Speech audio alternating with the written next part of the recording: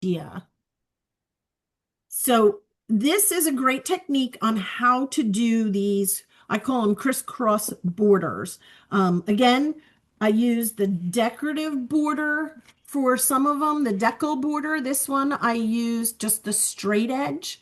So you can do either blade you want. I felt the decorative blade added a little bit more to it. So you're going to take a double-sided piece of paper. Doesn't have to be double-sided. It can be any piece of paper. But the reason I'm doing double-sided is once I start cutting these pieces, I can cut a 1 inch and then a half an inch and just flip it over. And I've got this really cool pattern. So you are going to take your trimmer, put in your scoring blade. Definitely need scoring blade for this. You're going to start with, and I cut this at 6 inches by 12 inches. I just took a piece of paper, cut it in half. So I have a 6 by 12 inch piece of paper. I'm then going to take this and I'm going to fold it like in an accordion. Remember we made the accordion fans and we would fan ourselves in grammar school because it was so hot. That's what I'm basically doing with this. This is going to fold it on 1.5 inches. So I'm going to put it at 1.5, score it so I can fold it back. And then I'm going to put it at 1.5 inches. And actually, we're going to stick this through. We're going to put this at 1.5. And we're just going to keep scoring it at the 1.5 inch mark each time. 1.5. I'm just moving it down and scoring it every 1.5 inches. Okay, so I'm just moving that scored line down 1.5 inches each time. I'll do this twice so that you can ask questions a second time. There we go. 1.5 inches. So I have it all scored all the way across.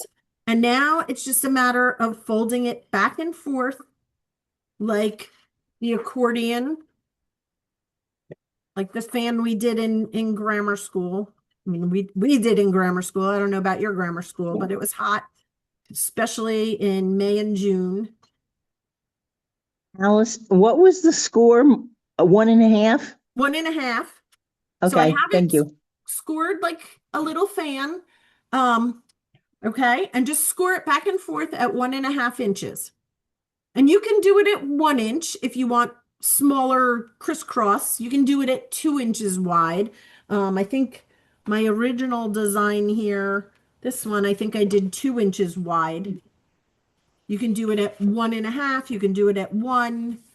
It's up to you how much of a crisscross pattern you want. I did it at 1.5 inches. I'm going to switch back to my straight blade because I want to show you this first, and then we'll go to a decorative blade. Okay, so Alice, yes, I don't do math, so how do I score it? How do I know how to count it? I don't understand. every 1.5 inches you're scoring so you can make an accordion. So do I do one and a So I'm half? putting it at 1.5 inches. I score it. Then I move it to 3 inches, score it. Then I move it to 4.5 inches, score it. So I'm scoring it every 1.5 inches apart. Yeah, I don't know how to add that, so you're gonna have to tell me each time. All right, I'm gonna go back to that. Let me finish the recording and then I'll come back. So after you do this accordion fold, you're gonna take this top corner and you're gonna see this 45-degree line on your trimmer. I'll come back. I'm gonna do it a couple of times so you'll see it. I'm gonna put that top corner of the fold. The top part is open towards the bottom. I have it on that 45-degree line. I have that corner right on my cutting line. And the side of my fan here is along that 45-degree line on my trimmer. And I'm just going to cut it through. Get rid of that piece. Oops, I gotta cut it one more time. I just didn't go all the way through. There we go. I'm gonna move it to 1 inch. So it's on the 1 inch line past my cutting. I still have that folded line on my folded paper on my 45-degree inch line. This is over to the 1 inch line. I'm gonna just press it real hard and cut it and take that out and then move it to the 1/2 inch line. So I'm cutting 1 inch and 1/2 inch while it's along this angle.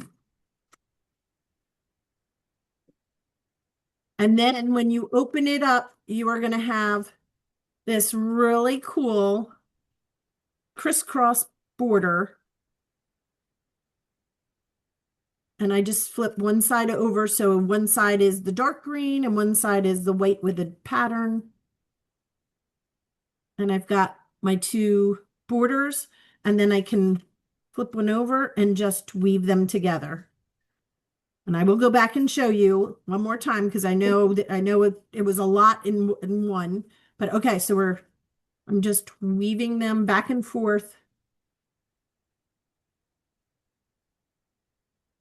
like so.